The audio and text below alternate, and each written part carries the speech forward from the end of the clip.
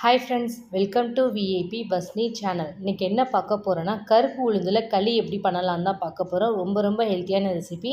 அதுவும் முக்கியமாக பார்த்திங்கன்னா கேர்ள்ஸுக்குலாம் இந்த பீரியட்ஸ் டைமில் ரொம்ப பேக் பெயின் வரும். இந்த மாதிரி வீக்லி ட்வைஸ் கண்டிப்பாக இந்த மாதிரி களி வச்சு சாப்பிட்டிங்கன்னா உங்களுக்கு என்றைக்குமே அந்த பேக் பெயின் வரவே வராது. நான் கண்டிப்பாக இந்த களியை பார்த்திங்கன்னா வீக்லி 2 டேஸ் கண்டிப்பாக எடுத்துக்குவேன். எனக்கு இதை எடுத்துக்கிட்டால் தான் எனக்கு கொஞ்சம் பேக் பெயின் கொஞ்சம் கண்ட்ரோல் ஆகிற மாதிரி இருக்கும், கொஞ்சம் பெட்டராக இருக்கும். ஸோ அதனால் கண்டிப்பாக நான் இதை செஞ்சு சாப்பிடுவேன். ஸோ நான் ஹெல்த்துக்காக செஞ்சு சாப்பிட்ற விஷயத்த உங்களுக்கும் ஷேர் பண்ணலான்றதுக்காக இன்றைக்கி நான் வீடியோஸாக போட்டிருக்கேன். கண்டிப்பாக வீடியோஸை ஸ்கிப் பண்ணாமல் பாருங்கள். கேர்ள்ஸுக்கு ரொம்ப ரொம்ப யூஸ்ஃபுல்லாக இருக்கும் இந்த ரெசிபி பார்த்தீங்கன்னா. ஸோ அதனால் வீடியோஸை ஸ்கிப் பண்ணாமல் பாருங்கள். அப்போ தான் நான் எப்படி சமைக்கிறேன் உங்களுக்கு தெரியும். ஃபஸ்ட் டைம் சேனலில் பார்க்குறவங்களாம் அப்படின்னா சப்ஸ்கிரைப் பட்டனை கொஞ்சம் கிளிக் பண்ணிக்கோங்க. பக்கத்தில் இருக்கிற பெல் ஐக்கானை கிளிக் பண்ணும்போது ஆல்ன்ற ஆப்ஷன் கொடுத்தீங்கன்னா நான் போடுற வீடியோஸ்லாம் ஆன் த ஸ்பாட்டில் வந்து சேரும். வாங்க வீடியோஸ்குள்ளே போகலாம். இன்றைக்கி நாம் பண்ண போகிற களி பார்த்திங்கன்னா கருப்பு உளுந்தில் தான் செய்ய போகிறோம். ஸோ இதுதான் அந்த கருப்பு உளுந்து.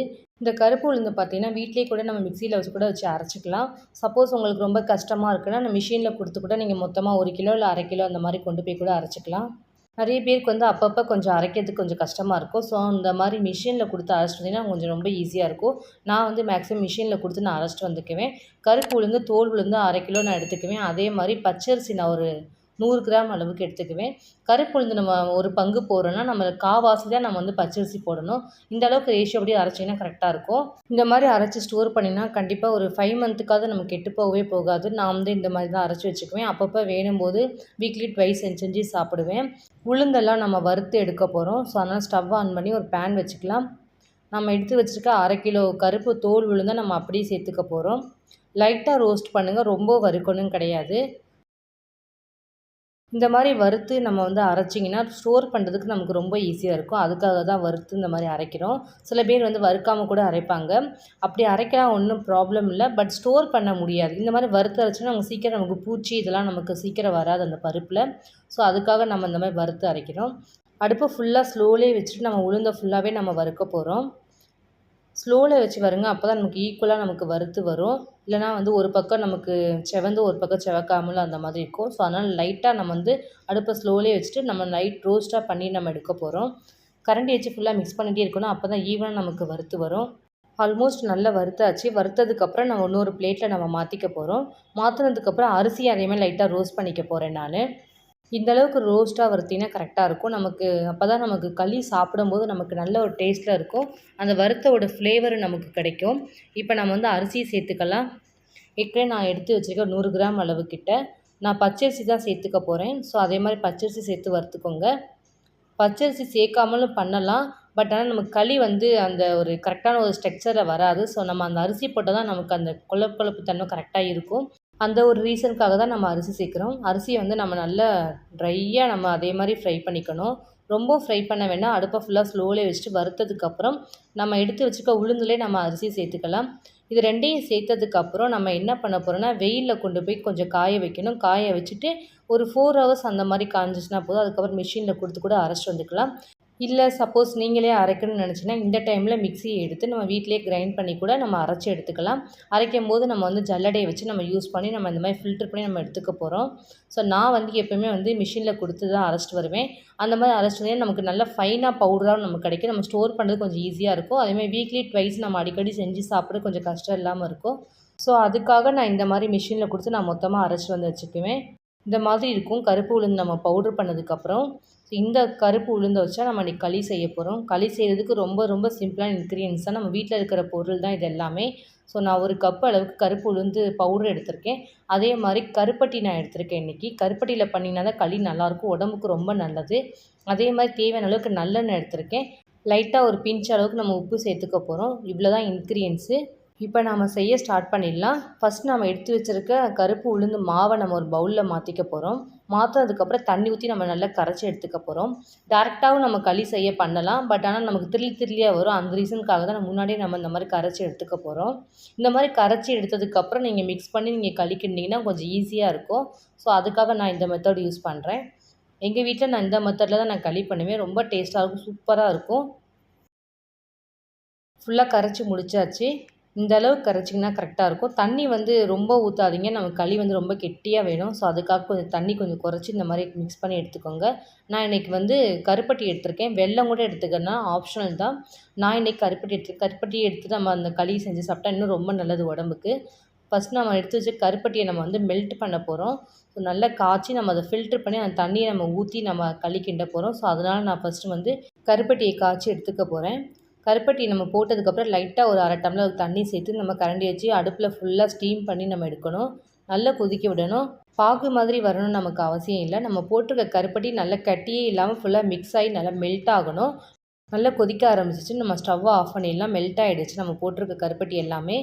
நம்ம ஏற்கனவே வந்து கருப்பு உளுந்து தண்ணி ஊற்றி கரைச்சி வச்சுருக்கோம். இந்த டைமில் நம்ம வந்து கருப்பு உளுந்தை தண்ணி ஊற்றி கரைச்சி வச்ச மாவை நம்ம வேறு ஒரு பேனில் சேர்த்துக்க போகிறோம்.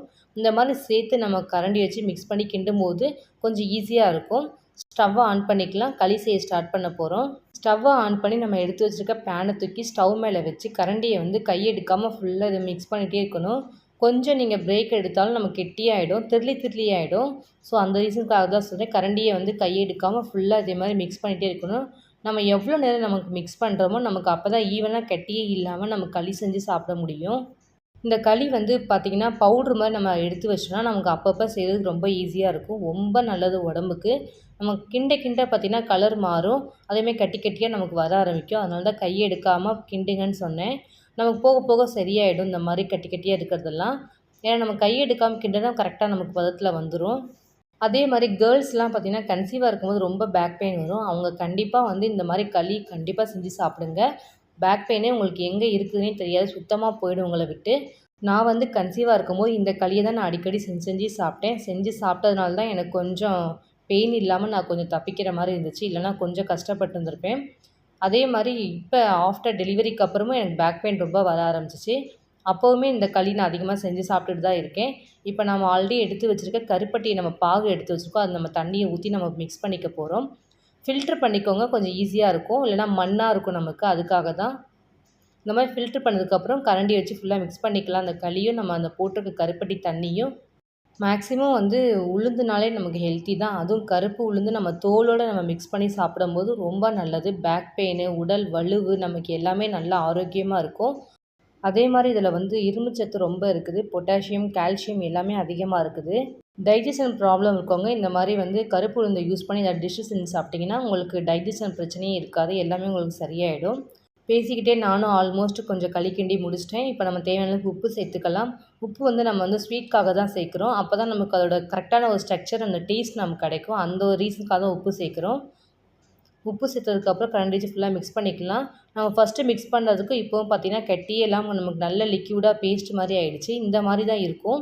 உங்களுக்கு இன்னும் கெட்டியாக வேணும் அப்படின்னு நினச்சிங்கன்னா நீங்கள் வந்து நல்லா கிண்டிக்கிட்டே இருக்கணும். அந்த மாதிரி பண்ணிங்கன்னா உங்களுக்கு இன்னும் கூட கெட்டியாக வரும். எனக்கு வந்து லிக்விடாக நான் ஸ்பூன்ஸ் போட்டு சாப்பிடுவேன். எனக்கு அந்த மாதிரி ரொம்ப பிடிக்கும். ஸோ அதனால் நான் வந்து லைட்டாக லிக்விடாக நான் எடுத்துக்குவேன் நான். எனக்கு இதுதான் கரெக்டாக இருக்கும். இந்த மாதிரி நல்லா திக்காக இருக்கும் நம்ம பண்ணுற களி. இந்த மாதிரி பண்ணால் தான் கரெக்டாக இருக்கும். நெக்ஸ்ட்டு வந்து நம்ம வந்து நல்லெண்ணெய் சேர்த்துக்க போகிறோம். நல்லெண்ணெய் கண்டிப்பாக 100 கிராம் அளவுக்காக சேர்த்துக்கோங்க. அதுமாதிரி செக்கில் ஆட்டின நல்லெண்ணெயாக கேட்டு வாங்கி கொஞ்சம் சேர்த்துக்கோங்க. இந்த மாதிரி சேர்த்திங்கன்னா தான் உங்களுக்கு இன்னும் நல்ல பெனிஃபிட்ஸ் இருக்கும். நல்லெண்ணெய் சேர்த்துக்கிறதுனால ரொம்ப வீக்காக இருக்கிறவங்க இந்த மாதிரி நல்லெண்ணெய் சேர்த்து அடிக்கடி கொஞ்சம் களி செஞ்சு சாப்பிடுங்க, ரொம்ப நல்லது. அதுவும் நம்ம வந்து சுத்தமான செக்கில் வாங்கின நல்லெண்ணெய் யூஸ் பண்ணுறதுனால ரொம்ப நல்லது உடம்புக்கு. சேர்த்ததுக்கப்புறம் கரண்டி வச்சு ஃபுல்லாக மிக்ஸ் பண்ணிக்கலாம். இது ஆக்சுவலாக பார்த்திங்கன்னா அல்வா மாதிரி இருக்கும். நம்ம அதை சாப்பிடும்போது நல்ல ஒரு லிக்யூடாக நல்லா கொல கொலன்னு நல்லாயிருக்கும். சூப்பராக இருக்கும், டேஸ்ட்டு சொல்லவே முடியாது. நம்ம வந்து கருப்பட்டிலாம் சேர்த்துருக்கிறதுனால கண்டிப்பாக வீக்லி ட்வைஸ் இல்லைன்னா ஒன்ஸாவது எடுத்துக்கோங்க. இந்த மாதிரி எடுத்திங்கன்னா தான் உங்களுக்கு என்றைக்குமே பேக் பெயின் வராது. பேக் பெயின் நமக்கு இருக்க அப்படியே குறைய ஆரம்பிக்கும். நமக்கு ஹெல்த்தியாக அப்போ தான் நமக்கு ஆரோக்கியமாக நம்ம இருக்க முடியும். அதனால் கேர்ள்ஸுக்காக முக்கியமாக சொல்கிறேன், இந்த மாதிரி வீக்லி ட்வைஸ் கண்டிப்பாக களி செஞ்சு சாப்பிடுங்க, ரொம்ப நல்லது உடம்புக்கு. ஆல்மோஸ்ட் களி ரெடி ஆகிடுச்சு. இந்த களி பண்ணும்போது பார்த்திங்கன்னா மேக்ஸிமம் அந்த அடுப்பு ஃபுல்லாக ஸ்லோலே இருந்து தான் நம்ம பண்ணணும். ஹை ஸ்பீடில் வைக்கக்கூடாது. ஏன்னா நமக்கு வந்து களியோட கரெக்டான ஸ்ட்ரக்சர் வராது, கெட்டியாகவும் ஆகிடும். இந்த மாதிரி ஸ்லோலே வச்சு பண்ணி கிண்டி எடுத்திங்கன்னா கரெக்டாக இருக்கும். ஆல்மோஸ்ட் களி ரெடி ஆகிடுச்சு. நம்ம ஸ்டவ்வை ஆஃப் பண்ணிவிட்டு இன்னொரு பவுலில் மாற்றிக்கலாம். இந்த களியை அப்படியே வந்து ஸ்பூன் போட்டு எடுத்து சாப்பிட்டிங்கன்னா சூப்பராக இருக்கும். ஒரு அல்வா பதத்தில் இருக்கும். அது கருப்பு உளுந்தில் இன்றைக்கி ஹெல்த்தியான ஒரு ரெசிப்பியாக நான் களி செஞ்சு காமிச்சிருக்கேன். கண்டிப்பாக இதை வீக்லி ட்வைஸ் எடுத்துக்கோங்க. கேர்ள்ஸுக்கு ரொம்ப ரொம்ப நல்லது. நான் இன்றைக்கி பண்ணியிருக்க ரெசிப்பியே உங்களுக்கு யூஸ்ஃபுல்லாக இருந்திருக்குன்னு நினைக்கிறேன். கண்டிப்பாக உங்கள் வீட்டில் ட்ரை பண்ணி பாருங்கள். ட்ரை பண்ணி பார்த்துட்டு டேஸ்ட் எப்படி இருந்துச்சு கண்டிப்பாக கமெண்ட் செக்ஷனில் சொல்லுங்கள். இன்னும் உங்களுக்கு வேறு ஏதாவது ரெசிபி வேணும்னா நீங்கள் கமெண்ட் செக்ஷனில் என்ன பண்ணணும்னு கொஞ்சம் சொல்லுங்கள். நான் அதையும் கொஞ்சம் செஞ்சு காமிக்கிறேன். என்னோடய வீடியோஸ் உங்களுக்கு பிடிச்சிருந்துச்சுன்னா லைக் பண்ணுங்கள், ஷேர் பண்ணுங்கள், கமெண்ட் பண்ணுங்கள், சப்ஸ்கிரைப் பண்ணுங்கள். பக்கத்தில் இருக்கிற பெல் ஐக்கானை கிளிக் பண்ணிவிடுங்க. Thank you friends.